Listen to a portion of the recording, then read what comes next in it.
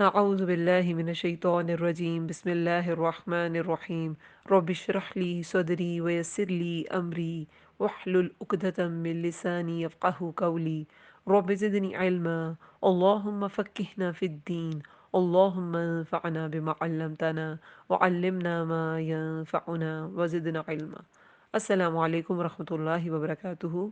اللہ تعالیٰ ہر سننے والے کو اپنی حفظ و امان میں رکھے، صحت اور ایمان کی بہترین حالت میں رکھے۔ اللہ تعالیٰ تمام مسلمانوں کو جہاں جہاں وہ اس دنیا میں، اللہ تعالیٰ اپنی حفظ و امان میں رکھے اور ظالموں کے شر سے بچا کے رکھے، آمین یا رب العالمین۔ اور تمام انسانوں کو ہدایت سے سرفراز کرے اور ان سے ظلم ہٹا دے۔ آج کا ہمارا لیسن جو ہے وہ آیت نمبر 35 سے 44 تک ہے، سورۃ الفرقان، پارہ ہے 19۔ ترجمہ اور تفسیر انشاءاللہ ساتھ ساتھ کریں گے۔ پچھلی جو آیات ہم نے پڑھی اس میں اللہ تعالیٰ نے دلائل پیش کیے ہیں۔ مکی صورت ہے، اہل مکہ کو، کفار مکہ کو دلائل دیے جا رہے ہیں اللہ تعالیٰ کی وحدانیت کے، اللہ تعالیٰ کی معرفت کے، اور ڈراوے بھی دیے گئے کہ جو اللہ تعالیٰ کو نہیں مانتے اور مجرم لوگ ہیں تو ان کے جو اعمال ہیں وہ ہباء منصورہ ہوں گے، لیکن جو جنت والے ہیں وہ اچھے ٹھکانوں پہ ہوں گے، ان کے لیے اچھا مقیلہ ہوگا، اچھا مستقر ہوگا۔ اور لاسٹ جو لیسن تھا اس میں بھی ہم نے یہی پڑھا کہ جو ان کے اعتراضات تھے قرآن کے متعلق اور اللہ کے نبی صلی اللہ علیہ وسلم کے متعلق، تو اس کا جواب دیا گیا دلائل کے ذریعے۔ اب ان آیات میں واقعات کے ذریعے کفار مکہ کو دلائل دیے جا رہے ہیں تاکہ وہ قائل ہو جائیں، اور اس کے بعد ہم سب کے لیے، جتنے بھی سننے والے ہیں قرآن کے، ان سب کے لیے ان سب آیات میں نشانیاں ہیں اللہ تعالیٰ کو واحد ماننے کی، اللہ تعالیٰ کی معرفت کو پہچاننے کے لیے۔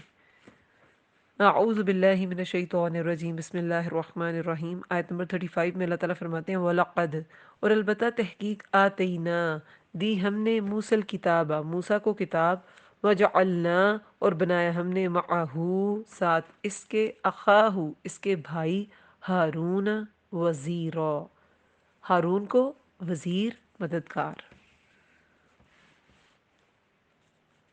یہاں پر یہ جو کتاب کا ذکر ہے،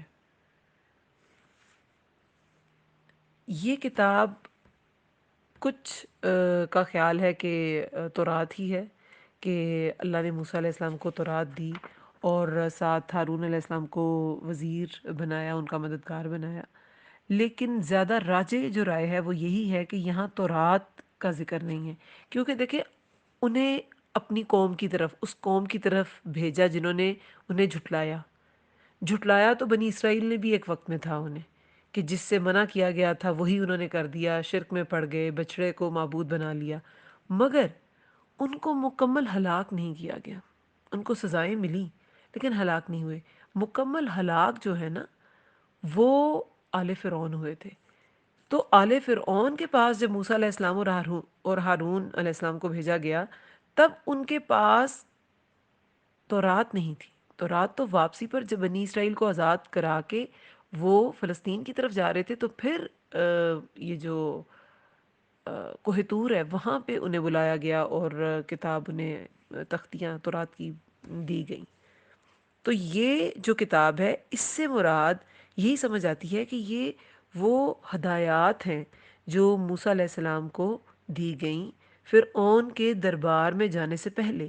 اور اگر یہ کوئی لکھی ہوئی کتاب تھی تو موسیٰ علیہ السلام سے پہلے جو بڑی شریعت تھی وہ ابراہیم علیہ السلام کی تھی، اور سورہ اعلیٰ میں دیکھیں دونوں کا صحف ابراہیم و صحف ابراہیم علیہ السلام کے صحیفوں اور موسیٰ علیہ السلام کے صحیفوں کا اکٹھا ذکر آتا ہے۔ تو مے بھی ان کی شریعت کے کچھ صحیفے ہوں جو ان کے پاس ہوں ہدایت کے لیے، تو یہ ہو سکتا ہے۔ یہ زیادہ راجح رائے محسوس ہوتی ہے کہ موسیٰ علیہ السلام کو جو کتاب کا یہاں ذکر ہے کہ البتہ تحقیق ہم نے موسیٰ کو کتاب دی، وہ ہدایات تھیں۔ دیکھیں انبیاء کو صرف وحی جلی تو نہیں دی جاتی نا، وحی خفی بھی ہوتی ہے۔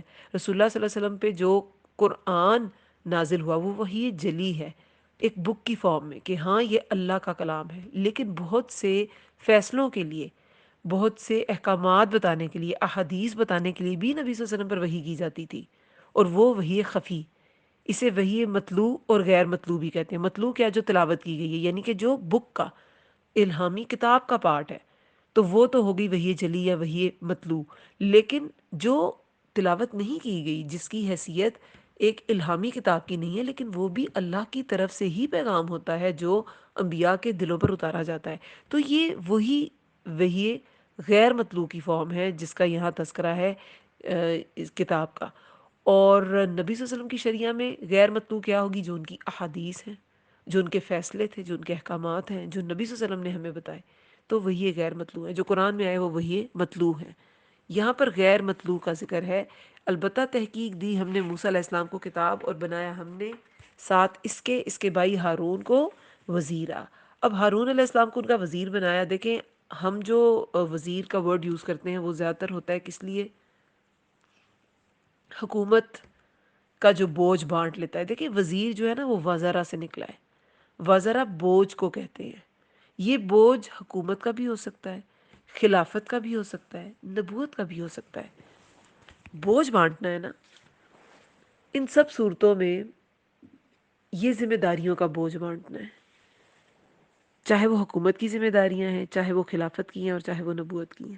تو یہاں وہ والا وزیر ہے کہ جو جو حضرت موسیٰ علیہ السلام کی نبوت کی ذمہ داریاں بانٹنے کے لیے جو ان کے ساتھی مقرر کیے گئے وہ ہارون علیہ السلام تھے، جو ان کے بھائی بھی تھے اور ان سے بڑے تھے۔ اب ان کو کتاب عطا کی گئی، ہدایات دی گئیں، اور پھر فرعون کے دربار میں بھیجا گیا۔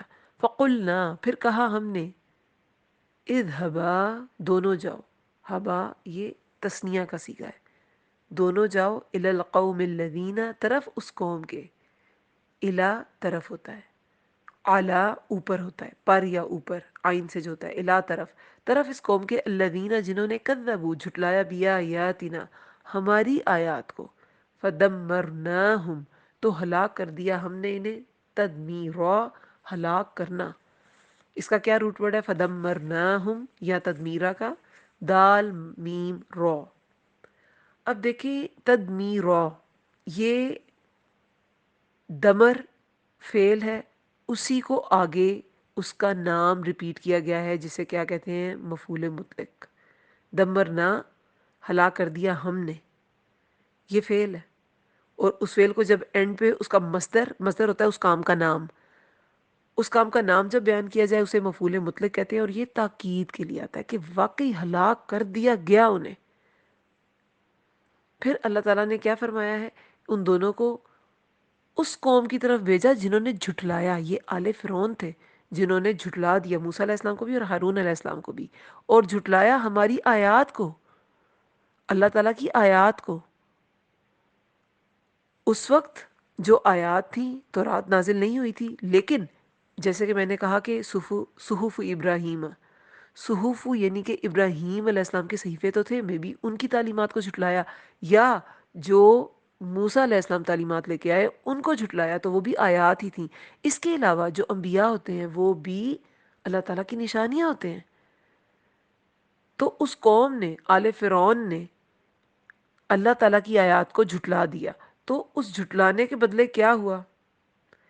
دیکھیں آیات، جیسے میں نے بہت بار پہلے کہا کہ جو ورسز ہوتی ہیں الہامی کتاب کی وہ بھی آیات ہوتی ہیں، اور کائنات کی نشانیاں بھی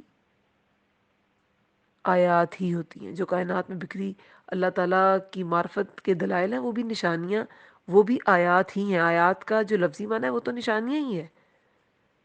تو ان سب، یہ آیات سے مراد یہ سب چیزیں ہیں۔ پچھلے انبیاء کی تعلیمات کو جھٹلایا، موسیٰ علیہ السلام کو جھٹلایا، ان کو نبی نہیں مانتے تھے، پھر کائنات کی نشانیوں کو جھٹلایا، پھر موسیٰ علیہ السلام پر جو نشانیاں اتری تھیں، وہ جو ان کے معجزات تھے وہ بھی اللہ تعالیٰ کی نشانیاں تھیں، لیکن ان کو بھی انہوں نے جھٹلا دیا۔ تو پھر کیا ہوا؟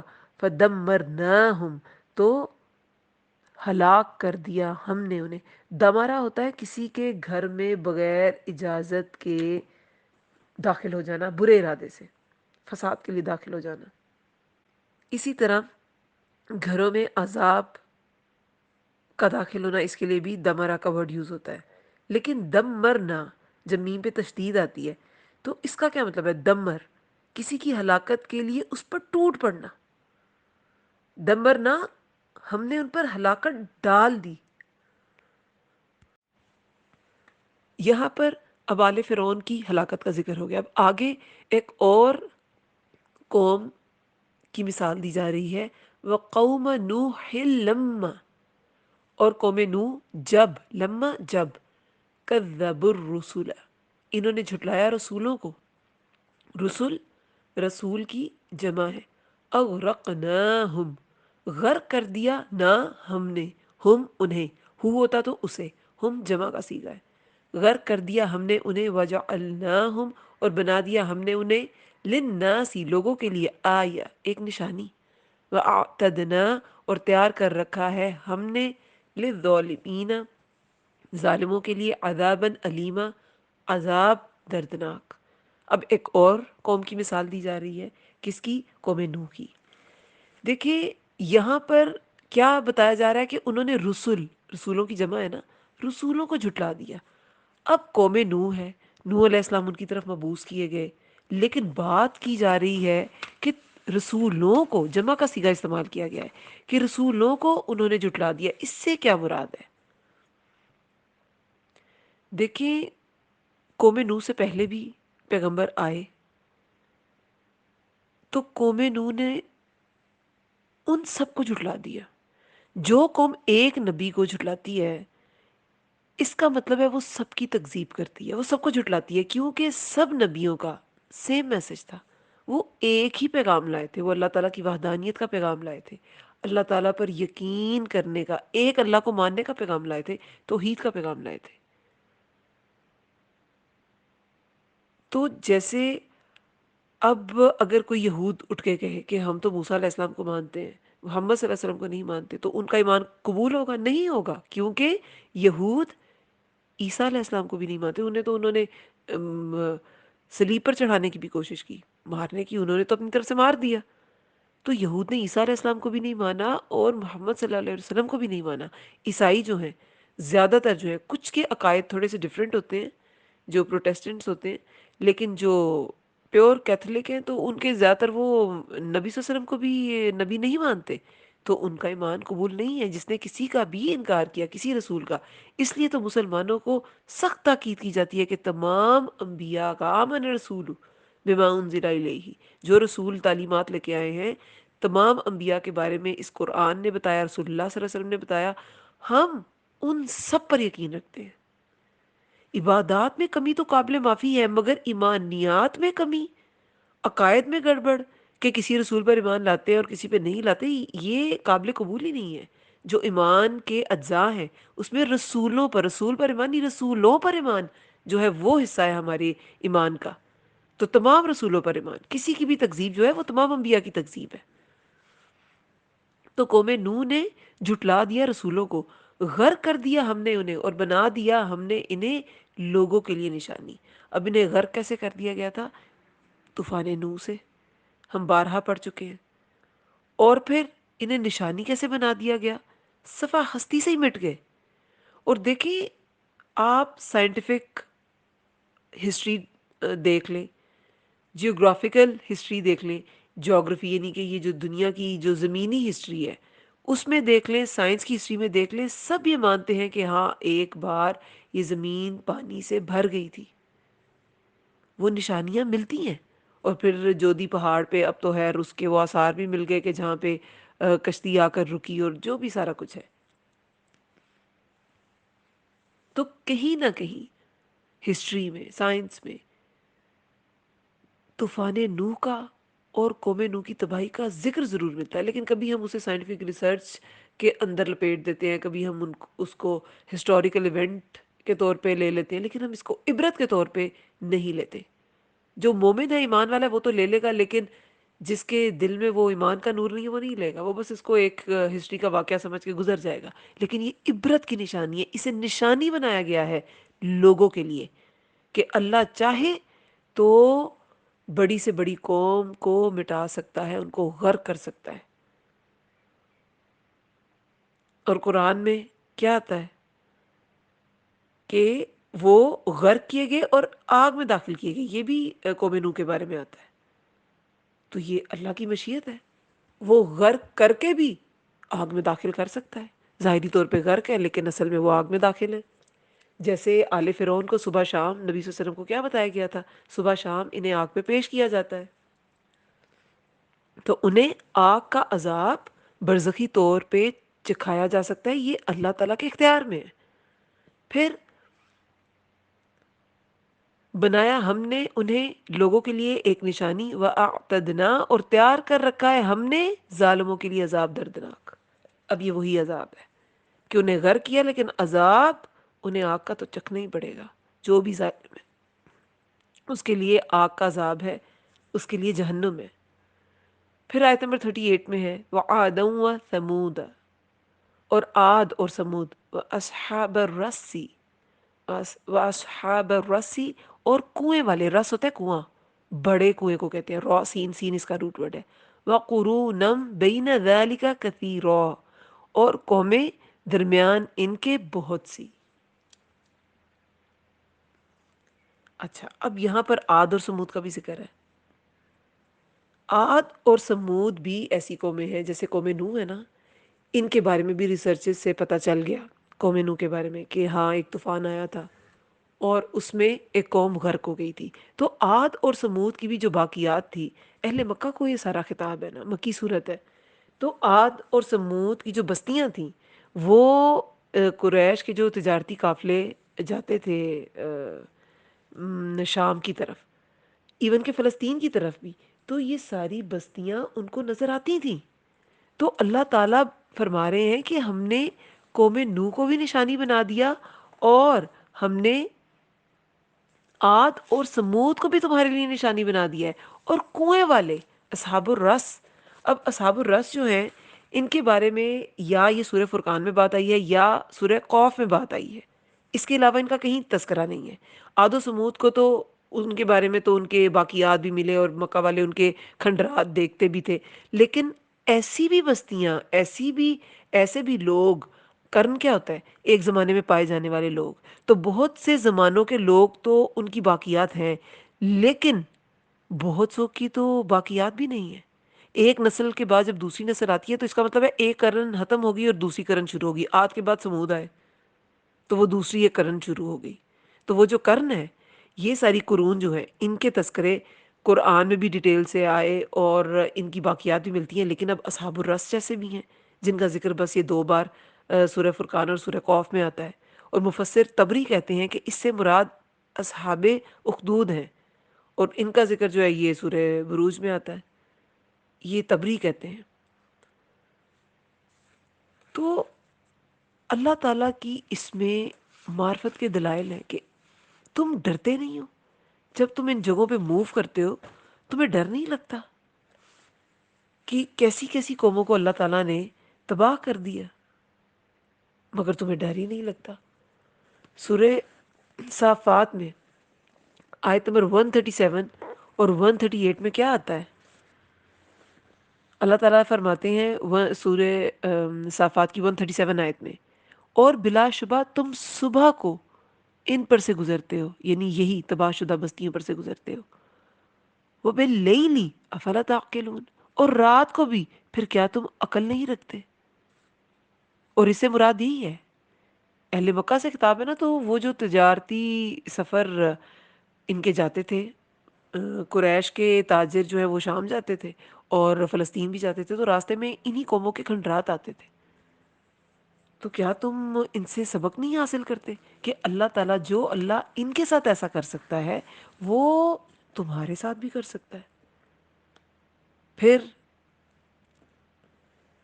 دوسرے کئی مقامات پہ اللہ تعالیٰ نے ایسے ہی دلائل دے کے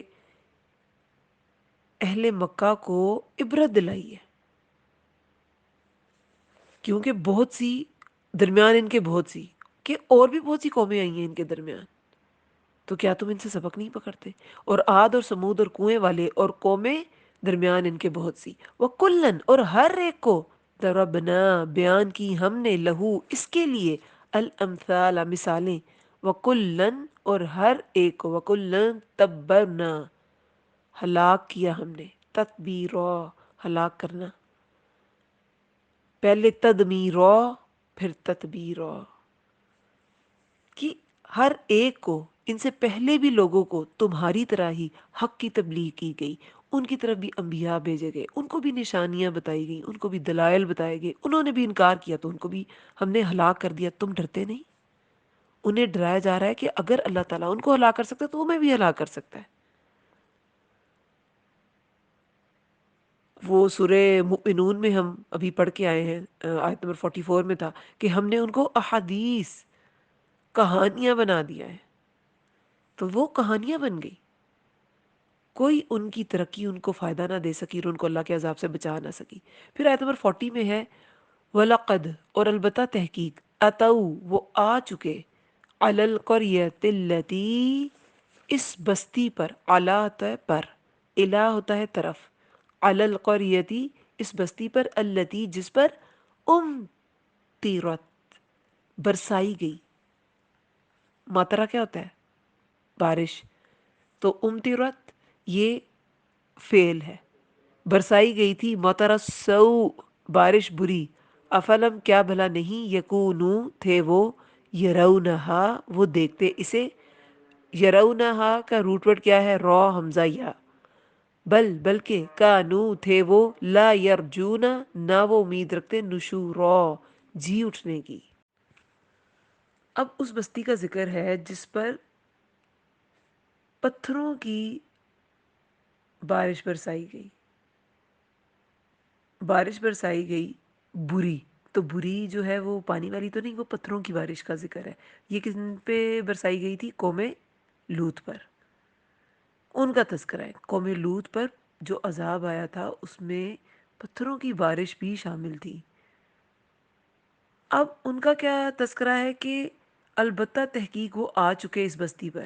اب وہ جو میں نے بتایا نا کہ قریش کے جو تجارتی قافلے شام کی طرف جاتے تھے تو راستے میں جیسے عاد اور سمود آتی تھی، اسی طرح قوم لوط کے جو کھنڈرات تھے وہ بھی آتے تھے۔ تو اللہ تعالیٰ اس طرف نشاندہی کر رہے ہیں کہ وہ آ چکے، یہ اہل مکہ، کفار مکہ آ چکے اس بستی پر جس پر برسائی گئی تھی بارش بری، یعنی قوم لوط پر جو بری بارش، پتھروں کی بارش برسائی گئی تھی، انہوں نے اس کو بھی دیکھا ہے۔ کس بستی پہ برسائی گئی تھی؟ سدوم اور آس پاس کی 5 بستیاں تھیں جن پر یہ پتھروں کی بارش کا عذاب آیا تھا، سدوم اور اموریہ وغیرہ، وہ جو سائڈ کی بستیاں تھیں، ان کا ذکر ہے۔ کیا بھلا نہیں، افلم، کیا بھلا نہیں، یکونو، تھے وہ، یرونہا، وہ دیکھتے اسے، ان کو دیکھ کر بھی وہ عبرت حاصل نہیں کرتے تھے، بلکہ تھے وہ، نہ وہ امید رکھتے جی اٹھنے کی، لیکن دراصل انہیں جی اٹھنے کی، نشورہ کی امید ہی نہیں تھی۔ یہ نشورہ کیا ہوتا ہے؟ سو کر اٹھ کے جو ہم دعا مانگتے ہیں اس میں بھی آتا ہے ورڈ الحمد للہ الذی احیانا بعدما اماتنا والیہ النشور، موت کے بعد جی اٹھنے کے لیے ہم شکر ادا کرتے ہیں اور پھر اسی کی طرف ہم نے پھیلنا ہے۔ نشورہ ہوتا ہے اٹھنا بھی، سو کے اٹھنا بھی، اور پھر پھیلنا بھی۔ اب یہ حشر کے دن کی بات کی جا رہی ہے کہ انسان کو دوبارہ زندہ بھی کیا جائے گا اور پھر وہ پھیلے گا بھی۔ یرجونا جو ہے نا، اس کا لفظی معنی ادھر کیا گیا ہے امید، نہیں وہ امید رکھتے تھے جی اٹھنے کی، اٹھ کر پھیل جانے کی وہ امید نہیں رکھتے تھے، لیکن رجا جو ہے وہ امید ایک پازیٹیو چیز ہے، پازیٹیو معنی میں بھی آتا ہے، لیکن یہاں یہ پازیٹیو معنی میں نہیں آیا، رجا یہاں پر خوف کے معنی میں آیا ہے کہ انہیں کوئی خوف نہیں ہے دوبارہ جی اٹھنے کا، کہ انہوں نے دوبارہ جی اٹھنا ہے اور پھر پھیل جانا ہے، اللہ کے سامنے جواب دہ ہونا ہے۔ انہیں دوبارہ جی اٹھنے کی امید وہ پازیٹیو چیز کی سینس میں نہیں آیا، انہیں دوبارہ جی اٹھنے کا کوئی خوف نہیں تھا، یہ ان کے آخرت کے انکار کی طرف اشارہ ہے کہ انہیں کوئی فکر فاقہ نہیں تھا کہ ہم نے موت کے بعد بھی جی اٹھنا ہے اور اپنے ہر عمل کا حساب دینا ہے۔ اسی لیے ان پر یہ سارے جو عبرت کی نشانیاں تھیں یہ کوئی اثر نہیں کرتی تھیں ان پر، کیونکہ انہیں دوبارہ جی اٹھنے کی امید ہی نہیں تھی، کوئی خوف نہیں تھا کہ ہم اٹھیں گے اور ہمیں پکڑ ہوگی اور اللہ تعالیٰ ہمارے ایک ایک گناہ، ایک ایک نیکی کا حساب کتاب لیں گے، ہمارے ایمان نہ لینے کی وجہ سے ہم عذاب میں مبتلا کر دیے جائیں گے، کوئی انہیں فکر نہیں تھی۔ وَإِذَا، اور جب، رَأَوْکَ، وہ دیکھتے ہیں آپ کو، راؤ، را کیا ہوتا ہے؟ دیکھنا، را حمزہ یا اس کا روٹ ورڈ ہے. اور جب وہ دیکھتے ہیں آپ کو، ان نہیں، ان یتخذونک، نہیں، اخذا کیا ہوتا ہے؟ حمزہ خا دال اس کا روٹ ورڈ ہے، یتخذونک کا، اخذا بنانا، اخذ کر لینا، بنا لینا. نہیں وہ بناتے کیا؟ کس کو؟ آپ کو. یتخذونک، وہ بناتے آپ کو، الا مگر، ہزوا، چونکہ انہیں کوئی ڈر نہیں، چونکہ وہ ان بستیوں سے کوئی عبرت نہیں حاصل کرتے، چونکہ انہیں آخرت کا کوئی خوف نہیں، تو اس لیے وہ آپ صلی اللہ علیہ وسلم کی باتوں کو بھی سیریسلی نہیں لیتے. وہ آپ صلی اللہ علیہ وسلم کو بھی مذاق بناتے، ان کا مذاق بناتے، ان کی باتوں کا، ان کے نبی مبعوث کیے جانے کا.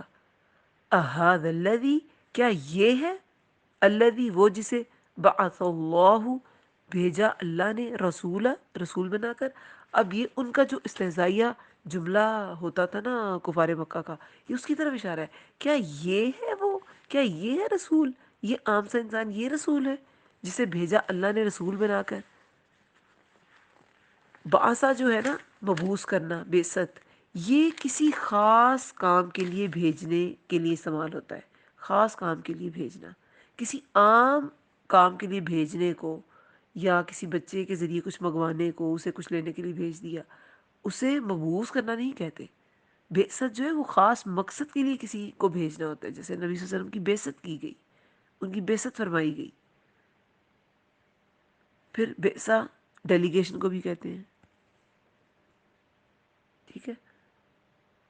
تو ان سب قوموں کی ہلاکت دیکھ کر بھی وہ کوئی نصیحت نہیں پکڑتے تھے، کوئی ان کی کان پہ جوں نہیں رینگتی تھی، کیونکہ وہ آخرت کے ہی انکاری تھے. انہیں لگتا ہی نہیں تھا کہ ہم دوبارہ جی اٹھیں گے، ہم مرنے کے بعد دوبارہ زندہ کیے جائیں گے اور حساب دیں گے. وَإِذَا، اور جب وہ دیکھتے ہیں آپ کو تو بنا لیتے ہیں مذاق. نہ انہیں جی اٹھنے پر یقین ہے، تو جو جی اٹھنے کی باتیں کرتا تھا اس رسول پہ بھی انہیں یقین نہیں ہوتا تھا. جب انہیں آخرت پر ہی یقین نہیں تھا تو وہ جو رسول آخرت کی باتیں بتائے گا اس پر کہاں سے یقین کریں گے؟ اس کا بھی وہ مذاق اڑاتے تھے.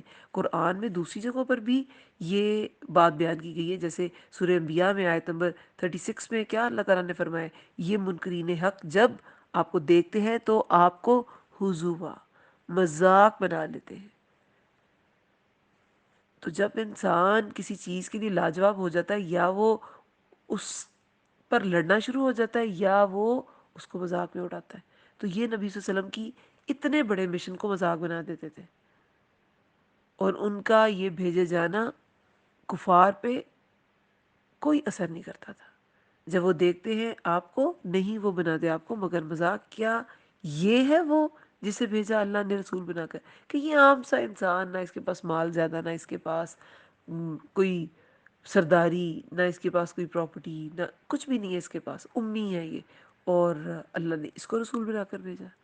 ان کا دا، بے شک وہ قریب تھا، لیضلنا، کہ وہ بھٹکا دیتا ہمیں، عن آلہتنا، ہمارے الہوں سے.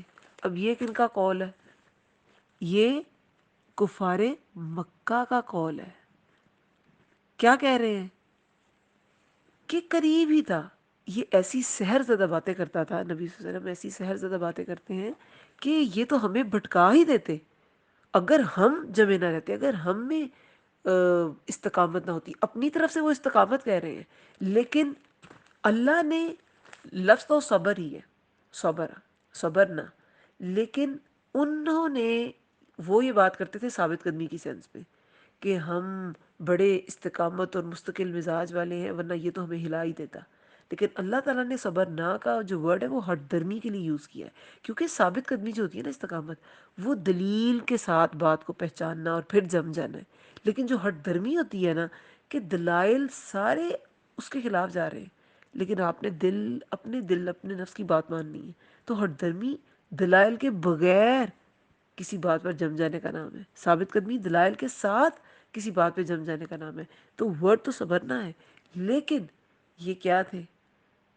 یہ ہٹ دھرم تھے. بے شک وہ قریب تھا کہ وہ بھٹکا دیتا ہمیں ہمارے الہوں سے. اگر نہ ہوتی ان، یہ کہ صبر نہ، صبر کرتے ہم یا جمے رہتے ہم علیہا ان پر.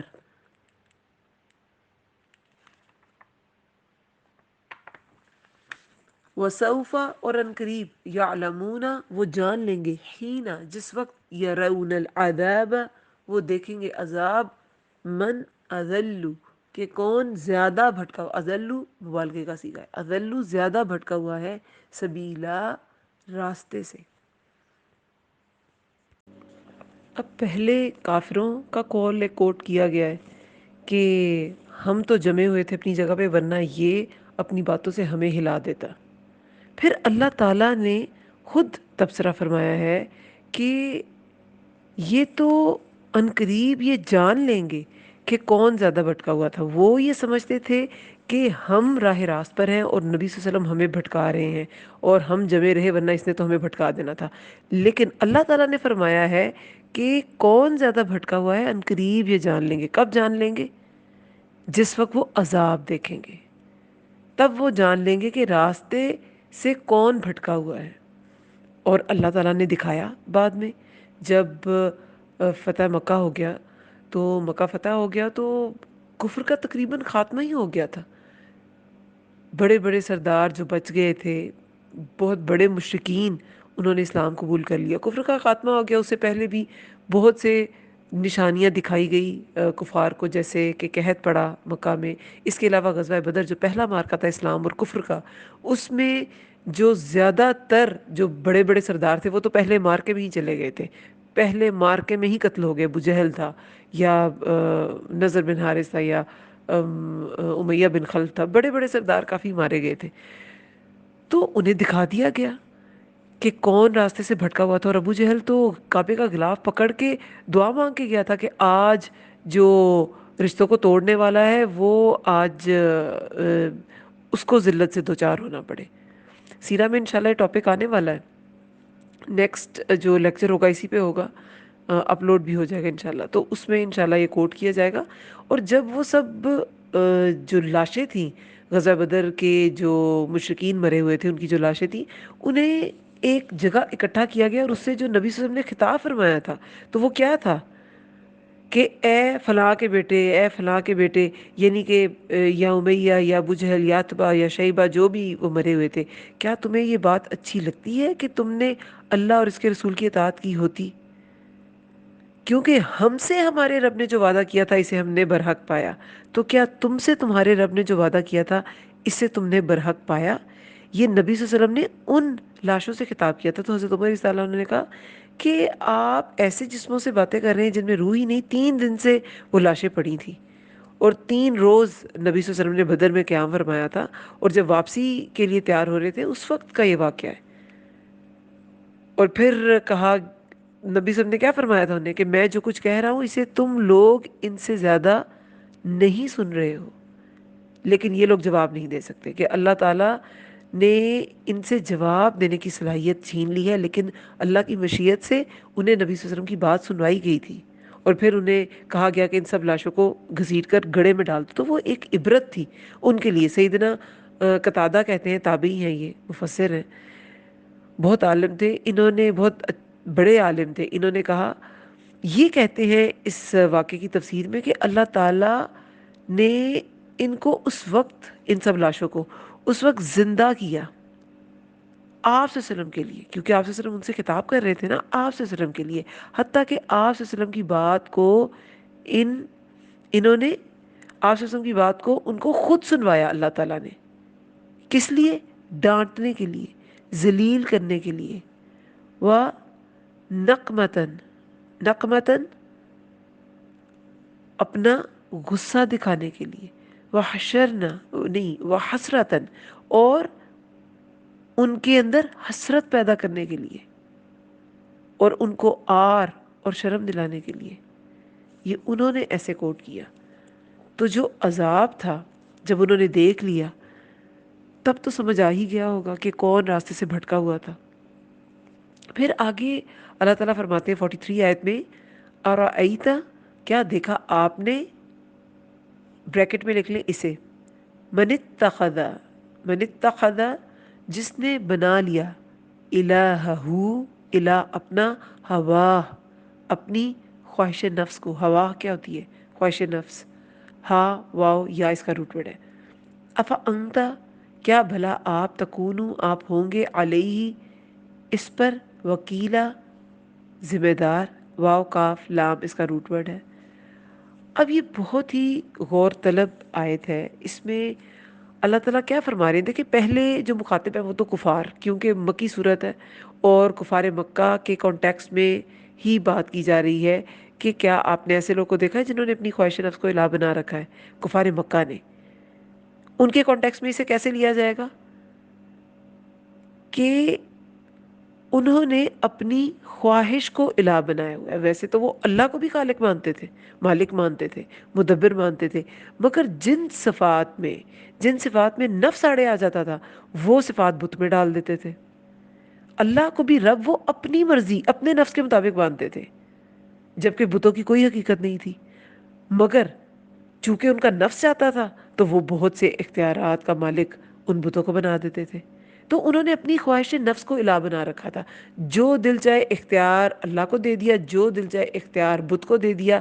جس کو چاہے اللہ کی اولاد بنا دیا، اپنے لیے بیٹے پسند کر لیے، ان کے لیے بیٹیاں پسند کر لیں، رب کے لیے بیٹیاں پسند کی جبکہ اپنے لیے نہیں کرتے تھے. کسی چیز کا اختیار لات کے پاس ہے، کسی کا عزا کے پاس ہے، کسی کا منات کے پاس ہے. تو یہ اپنی خواہش نفس کو انہوں نے الہ بنا رکھا تھا. اس واقعے کی تفسیر میں حضرت ابن عباس رضی اللہ عنہ بیان کرتے ہیں کہ زمانہ جاہلیت میں کوئی شخص سفید پتھر کی عبادت کرتا. یعنی کہ ایک جنرل بات کی گئی ہے کہ کوئی شخص سفید پتھر کی عبادت کرتا اور کرتا ہی رہتا. جب اس سے اچھا پتھر مل جاتا تو اس کی عبادت کرنے لگتا. تو لہٰذا عبادت پتھر کی نہیں، اصل میں اس کی اپنی خواہش کی وہ عبادت کرتا تھا. تو یہ اپنی خواہش نفس کو کفار نے الہ بنا رکھا تھا. چونکہ ان کا دل چاہتا تھا ہم اپنے آباء و اجداد کا دین نہ چھوڑیں، تو وہ نبی صلی اللہ علیہ وسلم کا بتایا ہوا کوئی حق قبول نہیں کرتے تھے. حدیث مبارکہ میں کیا آتا ہے؟ اس آسمان کے نیچے جتنے بھی الہ پوجے جا رہے ہیں ان میں اللہ کے نزدیک بدترین الہ وہ خواہش نفس ہے جس کی پیروی کی جا رہی ہے. کیونکہ خواہش نفس کی پیروی ہر علاقے، ہر قوم، ہر ایرا، ہر دور کے لوگ کسی نہ کسی فارم میں کرتے رہے ہیں. اور یہ بات ہم کبھی نہ بھولیں کہ خواہشات سے تو دوزخ ڈھکی ہوئی ہے، جنت تو خواہشات سے نہیں ڈھکی ہوئی. تو جو خواہشات کی پیروی کرتا ہے وہ صراط مستقیم پہ کبھی نہیں ہو سکتا. صراط مستقیم جنت کو جاتا ہے، جبکہ خواہش سے ڈھکا ہوا دوزخ کو. حدیث مبارکہ میں کیا آتا ہے؟ دوزخ نفسانی خواہشات سے ڈھک دی گئی ہے اور جنت ناپسندیدہ چیزوں سے ڈھک دی گئی ہے. دوزخ کے راستے میں ہر وہ چیز ہے جو انسان کو بڑی پسند ہے، اور جنت کے راستے میں ہر وہ چیز ہے جو انسان کے نفس کو بڑی ناپسند ہے. دوزخ کے راستے میں پسندیدہ چیزیں اور جنت کے راستے میں ناپسندیدہ چیزیں. تو راستہ تو جنت کا کٹھن ہوگا مگر منزل اسی راستے پر ہے، اور دوزخ کا راستہ تو آسان ہوگا ہماری خواہشوں کے عین مطابق، لیکن وہاں منزل نہیں ہے. حدیث میں کیا آتا ہے؟ کتنے ہی لوگ ہیں جو اپنی خواہش نفس کو پورا کرنے میں لگ جاتے ہیں، ان کے لیے قیامت کے دن جہنم کے سوا کچھ نہیں ہوگا. تو جو خواہش نفس کی پیروی کرے اس کے لیے تو اللہ کے نبی نے تو جہنم بتائی ہے. اب یہ خواہش نفس یہ تو مکہ کے کانٹیکسٹ میں تو ایسے ہی آئے گا کہ انہوں نے اپنی مرضی کے الہ بنائے، اپنی مرضی کا جو بھی سسٹم تھا وہ اس کو قائم کر لیا. کیا دیکھا آپ نے جس نے بنا لیا الہ اپنی خواہش کو؟ کیا بھلا افا انتا کیا بھلا آپ، تکونو آپ ہوں گے، تا آپ کے لیے، کونو ہوں گے، کن سے نکلا ہے، کاف و نون اس کا روٹ ورڈ ہے. علیہ اس پر، وکیلا ذمہ دار. یعنی کہ کیا آپ ایسے شخص کو کچھ سمجھا سکیں گے؟ کیا آپ ایسے شخص کے وکیل ہو سکتے ہیں، رہنما ہو سکتے ہیں، اس کو کچھ سمجھا سکتے ہیں؟ نہیں. جس نے اپنی خواہش نفس کو الہ بنا لیا اس سے کوئی کچھ نہیں سمجھا سکتا، اس کے لیے کوئی کچھ نہیں کر سکتا. کیونکہ جو اپنی خواہش نفس کا غلام ہوتا ہے نا وہ کسی دلیل سے قائل نہیں کیا جا سکتا. کیونکہ ہر دلیل، ہر مثال، ہر واقعہ اس کے نفس کے آگے چھوٹا ہوتا ہے، اس کی اپنی خواہش نفس بڑی ہوتی ہے۔ اب ہم مسلمان اس کو کیسے لیں گے؟ یہ خواہش نفس کو ہم کیسے پہچانیں گے؟ ہم نے خواہش نفس کو کیسے الہ بنا رکھا ہے؟ الہ کیا ہوتا ہے؟ معبود۔ معبود کیا ہوتا ہے؟ معبود کی ڈیفینیشن کیا ہے؟ معبود وہ ہوتا ہے جسے انسان اپنی زندگی میں سب سے زیادہ اہمیت دے۔ معبود کا روٹ ورڈ بھی عبد ہے، اور عبد کا روٹ ورڈ بھی عبد ہے، عین با دال، غلام۔ تو معبود جس کا غلام بنا جائے، تو معبود وہ ہوتا ہے جسے انسان اپنی زندگی میں سب سے زیادہ اہمیت دے، اس کا غلام بن جائے۔ تو جس نے اپنی خواہش نفس کو، اپنی مرضی کو الہ بنا رکھا ہے، تو وہ پھر اس کا غلام ہوگا۔ ہر چیز جو ہے نا، وہ ہر بات، ہر چیز، وہ ساری معبود کے تابع ہوتی ہے۔ انسان کی ساری مرضیاں جو ہوتی ہیں نا، وہ معبود کے تابع ہوتی ہیں، اس کے معبود کو۔ اب یہ اس پر ہے اس نے کس کو معبود بنایا۔ وہ کوئی پتھر بھی ہو سکتا ہے، وہ کوئی فلسفہ ہو سکتا ہے، وہ کوئی مسلک ہو سکتا ہے، وہ اپنی مرضی بھی ہو سکتی ہے۔ میرا پیسہ میری مرضی، میرا دل میری مرضی، میرا جسم میری مرضی۔ یہ جو اپنی مرضی ہے، یہی نفس کو الہ بنانا ہے۔ ہر جگہ آپ کا پیسہ اللہ کی مرضی کیونکہ اللہ نے دیا، آپ کا جسم اللہ کی مرضی کیونکہ اللہ نے دیا ہے، آپ کا دل اللہ کی مرضی کیونکہ اللہ نے اس دل کو بصیرت والا اور سوچنے والا اور تدبر والا بنایا۔ اگر اللہ تعالیٰ نہ چاہتا تو انسان کو کوئی نعمت نہ ملتی۔ اگر اللہ نہ چاہتا تو انسان کو کوئی حکمت کی بات سمجھ نہ آتی۔ ہر فراست، ہر عقل مندی، ہر حکمت، ہر دنیاوی مانوی نعمت بھی اور مادی نعمت بھی اللہ کی طرف سے ہے۔ تو الہ پھر انسان اپنی خواہش کو کیوں بنا لیتا ہے؟ الہ بنانے کا حق تو صرف اللہ تعالیٰ کا ہے کہ صرف اسی کو الہ بنایا جائے، اسی کو معبود بنایا جائے، اسی کی عبادت کی جائے۔ کبھی کبھی انسان الہ، کب اس کی خواہش اس کا الہ بن جاتی ہے، اس کو سمجھ نہیں آتی کیسے۔ دیکھیں، بہت سی چیزیں اللہ تعالیٰ نے حلال قرار دی، وہ جائز ہیں، لیکن وہ ہم اس طرح سے ہماری زندگی میں ہمیں وہ آکیپائی کر لیتی ہیں، ہماری زندگی میں وہ ایسے شامل ہو جاتی ہیں کہ وہ الہ بننے میں ہی آ جاتی ہے۔ جیسے اللہ نے آپ کو اپنے کپڑوں پہ، اپنے کھانے پینے پہ مال خرچ کرنے کی آزادی دی ہے، یہ ہر انسان کر سکتا ہے، وہ اچھا کھائے، اچھا پہنے۔ لیکن اب اگر ایک ایسا کپڑا جو انسان کو نظر آ رہا ہے کہ یہ جتنی قیمت یہ برانڈ مجھ سے لے رہا ہے، یہ اس سے آدھے کا بھی نہیں ہے، لیکن صرف ہم اس لیے دیتے ہیں کیونکہ ہمیں وہ برانڈ نیم چاہیے کہ میں نے اس برانڈ سے یہ چیز لی تھی۔ تو پھر کبھی کبھی یہ جائز خواہشات جو دکھنے میں، سمجھنے میں جائز ہیں، حلال ہیں، وہ بھی الہ بن جاتی ہیں، وہ بھی خواہش نفس ہوتی ہے۔ وہ جائز چیز بھی وہاں پہ ٹھیک نہیں جہاں وہ اللہ کے حکم کے تصادم ہو جاتی ہے۔ تو ہمیں بڑا سخت اس میں محتاط رہنے کی ضرورت ہے، سوچنے سمجھنے کی ضرورت ہے۔ دو باتیں ہمیشہ یاد رکھیں، کوئی بھی چیز اگر آپ کو حقوق اللہ سے یا حقوق العباد کو پورا کرنے سے روکتی ہے، تو اس کا مطلب ہے وہیں پہ آپ کے اندر نفس پرستی ہے۔ اللہ کے نبی نے کیا کہا کہ مجھے اپنی قوم کی وجہ سے جن دو چیزوں کے بارے میں سب سے زیادہ خوف ہے، وہ کیا ہے؟ خواہش نفس اور لمبی امیدیں۔ کیوں؟ اس سے سب سے زیادہ خوف کیوں ہے؟ کیونکہ یہ انسان کی دنیا کو بھی تباہ کرتی ہیں اور آخرت کو بھی۔ یہ جو خواہش نفس ہے نا، اس سے انسان نہ کبھی حق بات کہتا ہے اور نہ دوسروں کو حق دیتا ہے۔ حق بات کہنے کے لیے اپنے نفس کو پیچھے رکھنا پڑتا ہے۔ آپ صدیوں سے، سالوں سے، صدیوں تو نہیں، سالوں سے یا بچپن سے ایک اپنے خاندان کو ایک مسلک پر دیکھتے آ رہے ہیں۔ جب آپ کو سمجھ آئی، جب آپ نے دین سیکھا، تو بہت سی چیزیں اس سے تصادم ہیں۔ تو پھر آپ کیا کریں گے؟ آپ کہیں گے نہیں، اندر کا نفس کہہ رہا ہوتا ہے کہ نہیں، ہمارے آباء و اجداد کا دین، جو کفار کو کہتا تھا ان کا نفس، ہم اپنے آباء و اجداد کا دین نہیں چھوڑ سکتے۔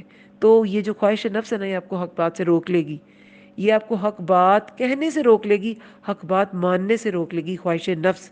اسی طرح جب ہم معاملات میں، حقوق العباد میں ایک دوسرے کے ساتھ گھروں میں ناچاکیاں ہو جاتی ہیں، خواتین کی یا مردوں کی بھی، تو کیا ہوتا ہے؟ چونکہ ہمیں خود غصہ ہوتا ہے کسی چیز پر، تو ہم حقدار کو اس کا حق بھی نہیں دیتے۔ جو حق اللہ نے متعین کیا ہے آپ کے ساتھ، وہ انسان جیسا بھی آپ نے وہ حق اسے دینا ہے۔ مصعب بن اساسہ جو تھے، انہوں نے حضرت ابوبکر صدیق رضی اللہ عنہ کو کتنی تکلیف پہنچائی کہ ان کی اتنی پاکیزہ بیٹی، نبی صلی اللہ علیہ وسلم کی زوجہ، ان کے اوپر جو بھی بہتان لگا وہ اس پروپیگنڈا میں شامل ہو گئے۔ حالانکہ بدری صحابی تھے، حد بھی ان پہ لگی، لیکن پھر بھی ابوبکر صدیق رضی اللہ عنہ کو سخت دکھ تھا۔ انہوں نے کہا کہ میں ان کا وظیفہ، حالانکہ باقی چیزیں چھوڑنے کو نہیں کہا تھا، صرف وظیفہ چھوڑنے کو کہا تھا، وہ فرض بھی نہیں تھا، صرف وظیفہ چھوڑنے کا تھا۔ تو آیت اتر آئی کہ کیا تم نہیں چاہتے کہ اللہ تمہیں معاف کرے؟ تو وہ کہہ اٹھے ہاں میں چاہتا ہوں، کیونکہ کسی غریب کی مدد کرنے کا جو کرائٹیریا ہے نا، وہ اس غریب کی نیکی نہیں ہے، وہ اس غریب کی غربت ہے۔ کسی مفلس کو صدقہ دیا جاتا ہے، چاہے وہ نیک ہو یا نہ ہو۔ اب ایسا بھی نہیں ہے کہ وہ کسی ایسی چیز میں، جیسے کوئی نعوذ باللہ اللہ تعالیٰ سب پہ رحم فرمائے، منشیات کا کام کرتا ہے، ڈرگز کا، تو انسان اس کو صدقہ دے دے، دکھنے میں غریب ہے اور اس کو صدقہ دے دے کہ وہ ڈرگز لے کے کسی کو بیچے خریدے، وہ ایکسیپشنل صورتیں ہیں۔ لیکن ویسے جنرلی جو غربا ہیں، ان کا غربا ہی کرائٹیریا ان کو پیسے دینے کا، ان پہ مال خرچ کرنے کا۔ تو جو خواہش نفس ہے نا، انسان کو حق بات سے روکے گا اور حقدار کو حق دینے سے روکے گا۔ پھر لمبی امیدیں اگر ہو گئیں تو وہ آخرت کو بھلا دے گی۔ اس سال میں یہ کروں گی، اس کے اگلے سال میں گھر بناؤں گی، اس کے اگلے سال میں اس گھر کا فرنیچر بناؤں گی، اس سے اگلے سال میں اس گھر کا یہ حصہ ڈیکوریٹ کروں گی۔ لمبی امیدیں، اگلی گھڑی کا پتہ نہیں، اور امیدیں اتنی لمبی، تو اس سے کیا ہوگا؟ جو سب سے بڑی حقیقت ہے آخرت، وہ اس کی طرف سوچ ہی نہیں جائے گی۔ جب کبھی آپ دیکھیں کہ کوئی چیز حقوق اللہ کے راستے میں آ رہی ہے یا حقوق العباد کے راستے میں آ رہی ہے، سمجھ لیں وہ نفس، وہ خواہش نفس ہے۔ حقوق اللہ کیا ہے؟ حقوق اللہ، آپ نماز پڑھیں، روزہ رکھیں، زکوٰۃ دیں، حج کریں، اس کے راستے میں کوئی رکاوٹ نہ آئے۔ آج کل میں نماز نبی پڑھا رہی ہوں لائیو کلاس میں، تو اس میں ابن قیم کا ایک قول ہم نے پڑھا کہ جو نمازی ہے نا، وہ 5 قسم کے ہیں۔ ایک مفرط، افراد سے ہے نا، نفس پر ظلم کرنے والا، نماز کے اوقات، حدود، وضو اس کی حفاظت نہیں کرتا، ٹھیک ہے۔ پھر ایک دوسرا ہے، وہ نماز کے اوقات، حدود، وضو اس کی حفاظت کرتا ہے، مگر وسوسوں سے بچنے کی کوشش نہیں کرتا۔ پھر ایک تیسرا ہے کہ وہ حدود، ارکان سب کی حفاظت کرتا ہے، وسوسوں کو دور کرنے کی بھی کوشش کرتا ہے، وہ شیطان کی چوری سے بچتا ہے کہ کہیں وہ نماز کا کوئی حصہ اسے اچک نہ لے، یہ اس کا مطلب ہے۔ تو یعنی کہ اپنی نماز کی حفاظت کرتا ہے۔ یہ نمازی بھی ہے اور مجاہد بھی ہے، جو نماز کی حفاظت میں جہاد کرتا ہے۔ پھر چوتھا کیا ہے؟ نماز کے جملہ حقوق، حدود، ارکان کو پوری دل جمعی سے پورا کرتا ہے، بلکہ اس کی تمام قوتیں نماز کے احترام، نماز کی تکمیل اور اس کے احترام کی کوشش کرتی ہیں۔ اس کی تمام قوتیں، یعنی کہ اپنی تمام قوتیں لگا کے وہ نماز کے احکامات اور احترام کی بھی کوشش کرتا ہے۔ پھر ایک 5ویں ٹائپ تھی کہ وہ تمام حقوق اور حدود پورے کرتا ہے، اور وہ اپنا دل بھی صرف نماز کی تکمیل پر نہیں لگاتا، بلکہ دل کو اٹھا کر بارگاہ الہی میں رکھ دیتا ہے۔ یہ چوتھی قسم سے 4 قدم آگے ہوتا ہے۔ اب یہ پانچوں ٹائپس جو ہیں یہ کیا ہیں؟ اور پھر انہوں نے اس کی جو ہے اس کا انجام بھی ان نمازیوں کا بتایا۔ پہلے کو انہوں نے کہا کہ یہ سزا کا مستحق ہے، کہ جو نہ حدود، نہ وضو، اوقات کی حفاظت ہی نہیں کر رہا، جس ٹائم مرضی دل چاہے نماز پڑھ لے، آخری وقت میں پڑھ رہا ہے، اگلی نماز کا وقت ہونے والا ہے، اذان ہونے والی ہے اور نماز پڑھی جا رہی ہے، مطلب وہ تو کہتے ہیں کہ وہ سزا کا مستحق ہے۔ دوسرا حساب کے قابل ہے، کہ جو وسوسوں کے سے بچنے کی کوشش نہیں کر رہا، کہ ٹھیک ہے ظاہری چیز تو اس نے درست کر لی، لیکن جو نماز کی روح تھی کہ اندر سے بھی خشوع، خضوع تو تھا، خشوع بھی سارے کا سارا ہو، وہ نہیں تھا، پھر وہ اس کا حساب ہو سکتا ہے۔ پھر تیسرا تھا مکفر، مکفر انہو، مکفر انہو یعنی کہ اس سے گناہ دور ہو جاتے ہیں۔ کفرہ کیا ہوتا ہے؟ دور ہو جانا، اور اس کی وہ جو نماز ہے نا، وہ گناہ کا کفارہ بن جاتی ہے۔ پھر چوتھا مثاب، ثواب سے ہے، ایسا شخص معافی کے علاوہ ثواب کا بھی مستحق ہے۔ اور مقرب، پانچواں مقرب ہوتا ہے، یہ اللہ کے قریب ترین ہوتا ہے، ایسے شخص کے لیے نماز آنکھوں کی ٹھنڈک ہوتی ہے۔ اب یہ جو ساری کیٹیگریز ہیں، اس میں کیا ہے، اس میں کیا سمجھ آئی؟ عذر کی نہیں، عزیمت کی راہ اختیار کرنی ہے۔ ہر کیٹیگری جو پچھلی کیٹیگری سے کیا ہے کہ ہر درجے کا جو نمازی ہے پچھلے درجے والے سے اس کا نفس پر کنٹرول زیادہ ہے،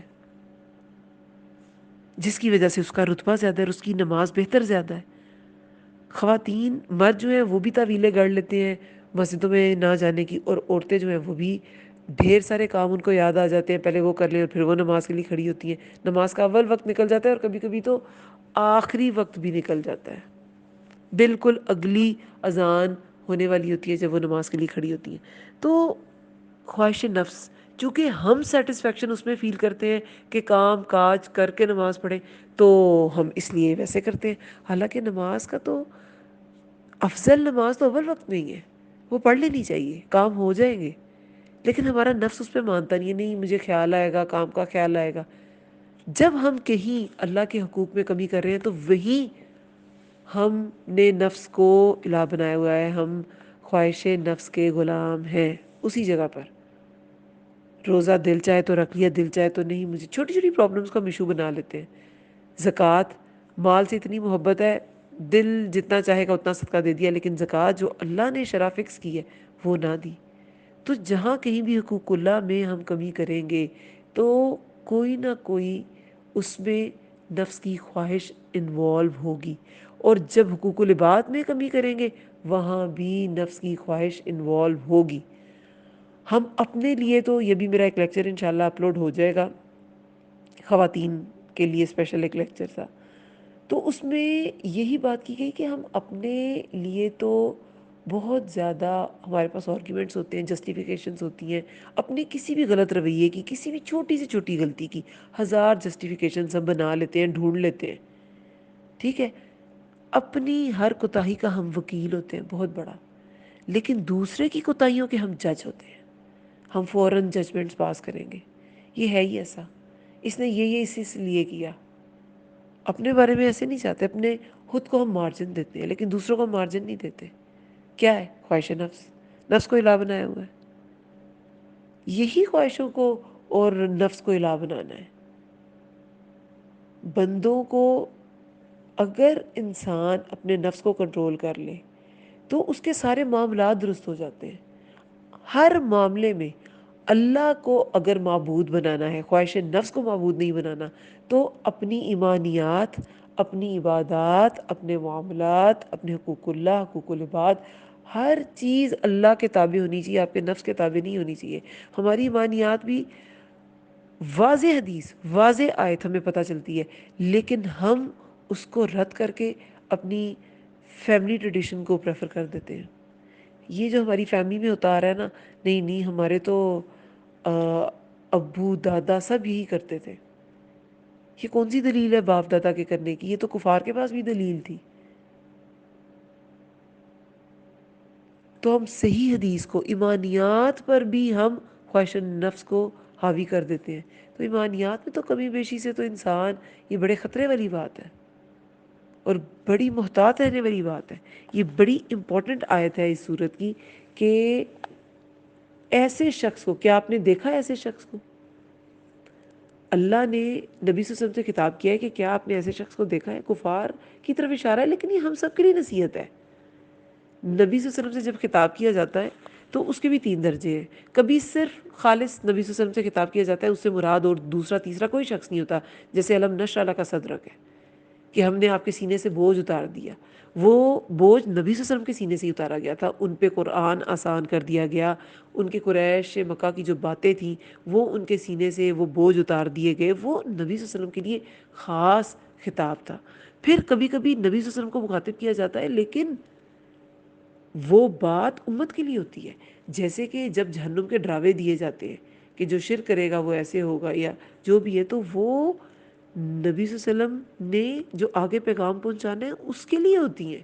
نبی صلی اللہ علیہ وسلم انبیاء تو معصوم ہوتے ہیں، وہ تو اللہ کی حکم عدولی نہیں کرتے، اور نہ ہی وہ ان کا جہنم میں جانے کا کسی بھی طرح کا کوئی چانس ہوتا ہے، لیکن وہ لوگوں کے لیے خطاب کیا جاتا ہے۔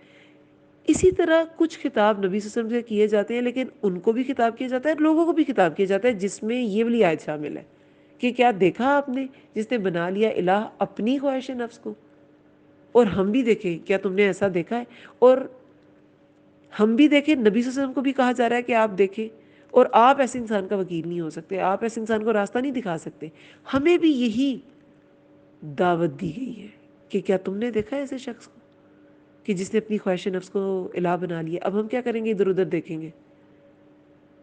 اللہ کے نبی نے تو ساری دنیا کے لیے وہ ہدایت تھے، تمام عالمین کے لیے ہدایت تھے، تمام عالمین کے لیے رحمت تھے، انہوں نے سب تک وہ پیغام پہنچانا تھا۔ لیکن ہم کیا ادھر ادھر دیکھیں گے کہ کس نے خواہش نفس کو الہ بنا رکھا ہے؟ ہم نے اپنے آپ کو پہلے دیکھنا ہے، ہم نے اپنا احتساب پہلے کرنا ہے، کسی پہ انگلی نہیں اٹھانی کہ یہاں تو دیکھنے کی بات ہے ادھر ادھر دیکھیں، نہیں ادھر ادھر نہیں، خود کو دیکھیں، ہم نے کہاں پہ خواہش نفس کو الہ بنایا ہوا ہے، کس کس جگہ پر۔ میں نے جب یہ لائیو کلاس میں آیت کرائی تھی تو میں نے اپنی اسٹوڈنٹ سے کہا کہ آپ مجھے بتائیں کہ کون سے ایسے طریقے ہیں جس سے انسان اپنے نفس کو کنٹرول کر سکتا ہے۔ میں نے بھی کچھ انہیں بتائے، جیسے موت کو آپ بار بار یاد کریں، وہ حدیث مبارکہ ہے نا کہ لذتوں کو توڑنے والی چیز موت کو کثرت سے یاد کیا کرو۔ تو میں نے کہا موت کو بار بار یاد کریں۔ موت اتنی بڑی اور کڑوی حقیقت ہے کہ دنیا کی کڑوی سے کڑوی بات بھی نا اس بڑی کڑوی حقیقت کے سامنے بڑی چھوٹی ہو جاتی ہے۔ تو جو موت کو یاد رکھتا ہے نا، وہ اس کے لیے معاف کرنا اور معافی مانگنا آسان ہو جاتا ہے، وہ مشکل نہیں رہتا۔ اس کے علاوہ اور میں نے انہیں یہ کہا کہ حقدار کو حق دے۔ جب انسان حقدار کو حق دیتا ہے نا، یہ نفس کشی کے بغیر ممکن نہیں ہے، کیونکہ ہر حقدار کو حق دینا آسان نہیں ہوتا، کبھی کبھی بہت مشکل ہوتا ہے، آپ کو بڑی قربانی کرنی پڑتی ہے اپنی خواہش نفس کی، پھر آپ حقدار کو حق دیتے ہیں۔ لیکن اس کے علاوہ جو انہوں نے مجھے پوائنٹس بتائے وہ بھی بہت اچھے تھے۔ دیکھیں، انہوں نے کہا، جیسے کسی نے مجھے کہا کہ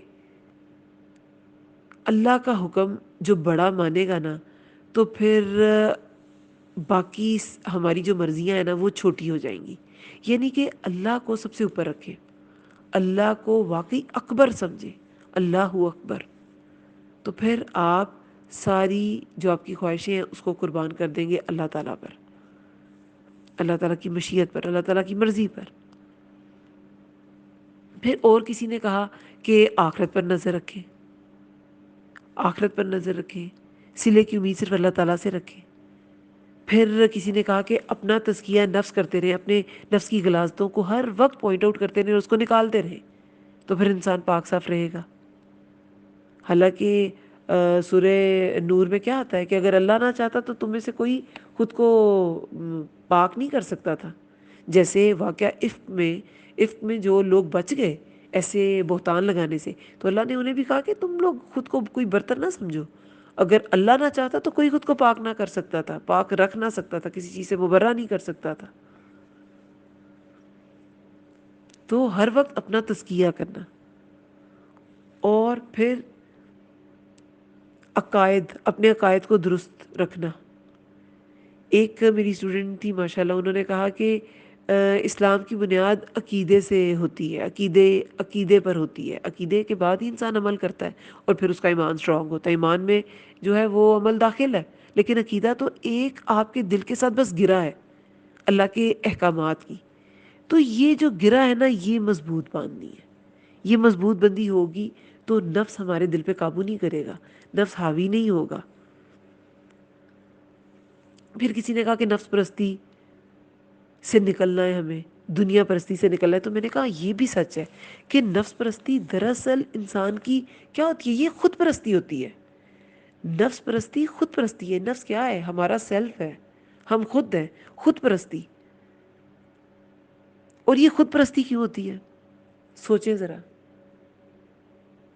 انسان خود کو کیوں منوانا چاہتا ہے؟ اس کے لیے دنیا بڑی عزیز ہوتی ہے کیونکہ وہ دنیا پرست ہوتا ہے. اس دنیا میں خود کو منوا کے وہ بہت زیادہ سیٹسفائیڈ فیل کرتا ہے. تو اس دنیا پرستی، کیونکہ نفس پرستی ایکچولی دنیا پرستی کا ہی ایک اینگل ہے، ایک زاویہ ہے. تو یہ دنیا پرستی سے نکلنا ہے. اللہ سے بڑا کوئی انسان، کوئی کسی کا کامنٹ، کسی کی مرضی، کسی کی خوشنودی نہیں. اللہ کی خوشنودی سب سے بڑی ہے. ہمیں جس چیز پہ اپریسیشن ملتی ہے اس پہ تو ہم بہت آگے بڑھ بڑھ کے کام کرتے ہیں، لیکن جس چیز میں ہمیں ذرا سا کوئی خطرہ، کوئی نقصان کا ڈر، تو وہاں پہ ہم وہیں پہ وہ چیز چھوڑ دیتے ہیں، وہیں پہ وہ کام ختم کر دیتے ہیں. اور ایک مجھے کامنٹ ملا تھا دین کے ساتھ جڑنا، اور جو کہ بہت امپورٹنٹ ہے کہ دین کے ساتھ جو جڑتا ہے نا، اس کو آٹومیٹکلی جب بار بار تزکیہ ہوتا رہتا ہے تو وہ نفس کو آخر کار کنٹرول کر لیتا ہے. پھر لمبی امیدیں نہ باندھنا، جیسے کہ حدیث میں بھی تھا کہ مجھے اپنی امت کی طرف سے جن دو چیزوں کا سب سے زیادہ خوف ہے، وہ خواہش نفس کی پیروی اور لمبی امیدیں.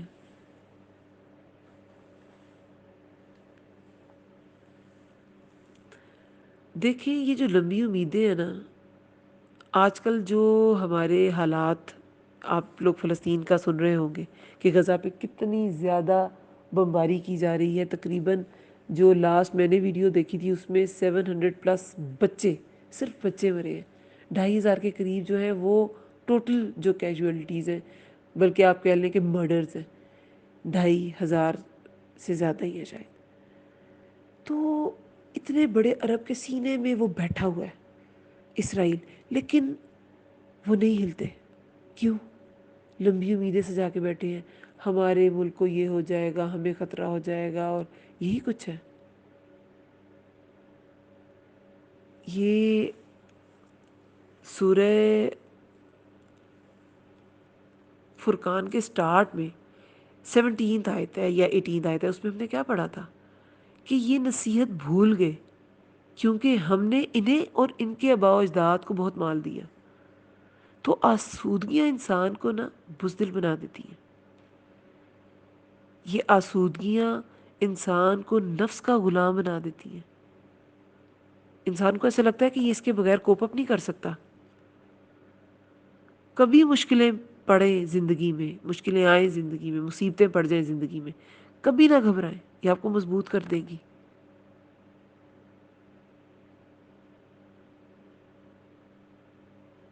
ان کے پاس کیا لاجک ہوگی؟ ان کے پاس بھی کوئی لاجک ہوگی عربوں کے پاس ان کی مدد نہ کرنے کی. تو سمجھ تو یہی آتی ہے کہ وہ جو سال ہر سال سے انہوں نے عربوں میں دیکھے نا بادشاہت چل رہی ہے نا، انہوں نے جنگیں دیکھی ہے نا، انہوں نے اسٹرگل دیکھی ہے نا، انہوں نے انڈیپینڈنس کی اسٹرگل دیکھی ہے. تو وہ کیا ہے؟ وہ مال و دولت، آباء و اجداد کے پاس ہی مال تھا، ان کے پاس ہی مال ہے، تو وہ کیا ہو گئے؟ نفس کے غلام. نصیحت بھول گئے.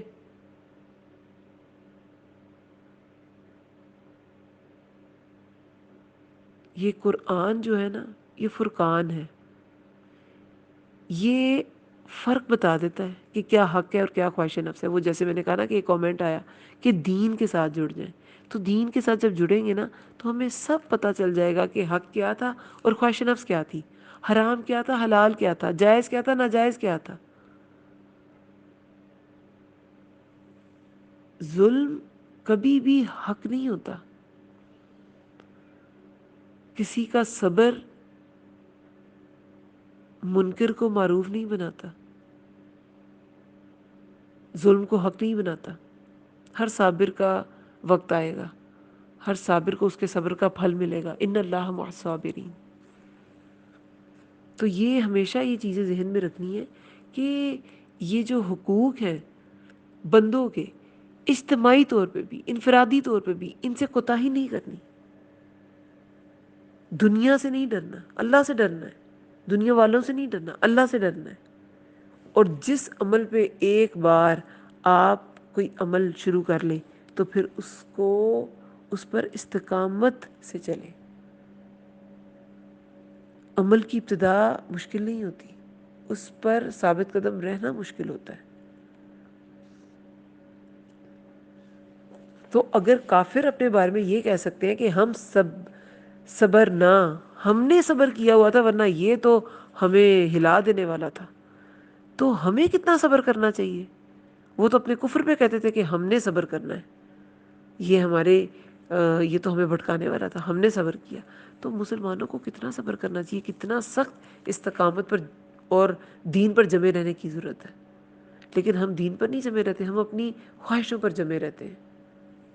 تو اللہ تعالیٰ ہمیں اس خواہش نفس سے نکلنے کی توفیق دے تاکہ ہم وہ کام کر سکیں جس کے لیے امت مسلمہ کو چنا گیا، دین کو پہنچانے اور پھیلانے کا کام۔ ام تحسبوا، کیا آپ سمجھتے ہیں، انا کہ بے شک اکثرہم اکثر ان کے، یسمعون وہ سنتے ہیں، او یا یعقلون وہ سمجھتے ہیں،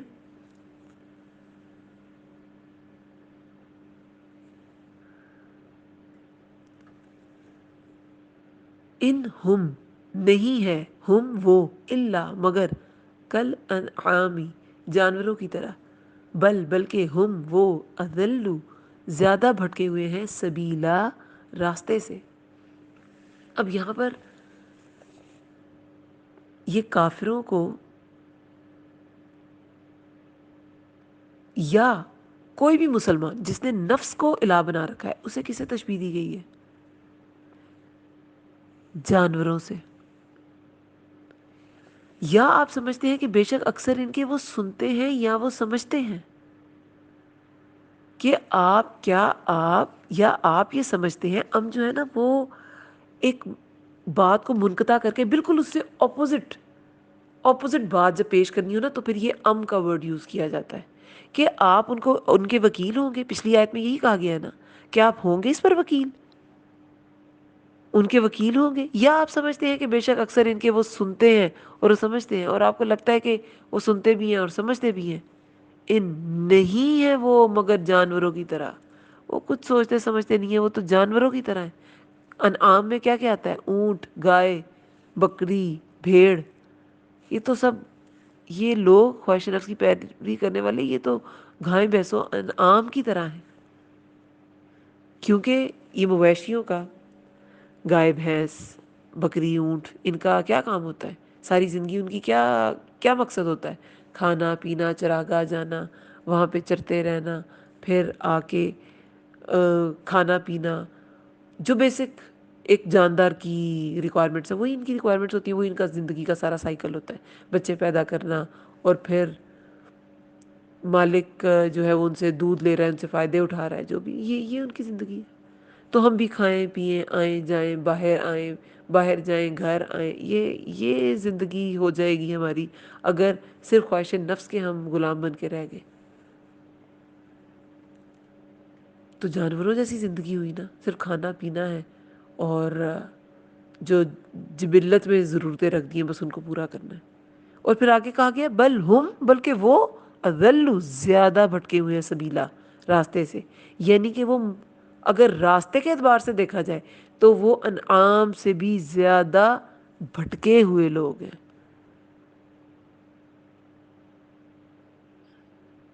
دیکھیں مویشیوں کی زندگی، وہ تو مقاصد وہ تھے جو بھی ان کے ہیں، وہ انسانوں کو پہلے خواہش نفس کی پیروی کرنے والوں کو پہلے ویسا کہا، پھر کہا کہ ان سے بھی زیادہ بھٹکے ہوئے راستے کے اعتبار سے، کیونکہ یہ جو جانور بھی ہوتے ہیں نا، انہیں اپنے راستے کا ضرور پتہ ہوتا ہے،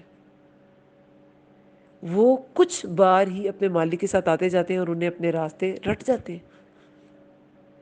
گائے بھینسیں آپ خود ہی بھی چھوڑ دیں تو وہ اپنے مالک کی طرف ہی اس کے گھر ہی پہنچ جائیں گی۔ بکریاں، اونٹ، یہ سب اپنے راستے پہچانتے ہیں۔ اس کے علاوہ دوسری کیا بات ہے، ایک تو اپنا راستہ پہچانتے ہیں، لیکن خواہش نفس کا جو غلام انسان ہے وہ اپنا راستہ بھی نہیں پہچانتا۔ وہ جو اللہ نے اسے راستہ بتایا تھا وہ چھوڑ کے اپنی خواہش کے پیچھے پڑ جاتا ہے۔ دوسری کیا بات اس سے پتہ چلتی ہے کہ ایک تو وہ اپنا راستہ پہچانتے ہیں، دوسرا یہ کہ ان کا مالک جس راستے پہ بھی لے جاتا ہے وہ اس راستے پہ چل پڑتے ہیں۔ لیکن انسان اتنی عقل و شعور کے باوجود صحیح راستے پر نہیں چلتا، وہ اپنے نفس کے راستے پہ چلتا ہے۔ لیکن جو انعام ہیں وہ تو اپنے مالک کے بتائے ہوئے راستے پہ چلتے ہیں، ایک دو بار انہیں مالک بتاتے ہیں اور وہ اپنا راستہ سمجھ جاتے ہیں۔ اس کے علاوہ اگر مالک ان کو پکڑ کے لے جائے اپنے گھر تب بھی وہ اس کے پیچھے چل پڑتے ہیں۔ وہ انہیں کسی چراگاہ لے جائے تب بھی وہ اسے مالک سمجھتے ہیں۔ اگر وہ انہیں ان مویشیوں کو کسی بچر شاپ پہ لے جائے تب بھی وہ اطاعت میں ہی رہیں گے اور چلے جائیں گے۔ لیکن یہ جو انسان ہے یہ اپنے مالک کی اطاعت کو نہ پہچانتا ہے نہ اپنے رب کو پہچانتا ہے، تو اس طرح یہ انعام سے بھی برے ہوئے راستے کے اعتبار سے، کہ یہ تو راستہ تک نہیں پہچانتے، مویشیوں سے بھی بڑھ کے برے ہیں، بڑھ کے گمراہ ہیں۔ تو اللہ تعالیٰ ہمیں اپنے راستے کے لیے چن لے۔ اہدنا الصراط المستقیم، اہدنا الصراط المستقیم۔ الحمد للہ رب العالمین الرحمن الرحیم مالک یوم الدین ایاک نعبد و ایاک نستعین اہدنا الصراط المستقیم صراط الذین انعمت علیہم غیر المغضوب علیہم ولا الضالین آمین۔ اللهم ارزقني تفکر و تدبر لما يتلوه لسانی من کتابک والفهم له والمعرفة بمعانیه والنظر في أعجائبه والعمل بذلك ما بقيت انك على كل شيء قدیر۔ اے اللہ تیری کتاب میں سے میری زبان جو پڑھتی ہے اس میں مجھے تفکر، تدبر اور اس کی سمجھ عطا فرما، اور اس کے معنی اور عجائبات کی پہچان کروا، اور جب تک میں زندہ ہوں اس کے مطابق عمل کروں۔ بے شک تو ہر چیز پر قدرت رکھنے والا ہے۔ آمین یا رب العالمین۔ سبحانک اللہم و بحمدک نشہد ان لا الہ الا انت نستغفرک و نتوب الیک۔ السلام علیکم و رحمۃ اللہ وبرکاتہ۔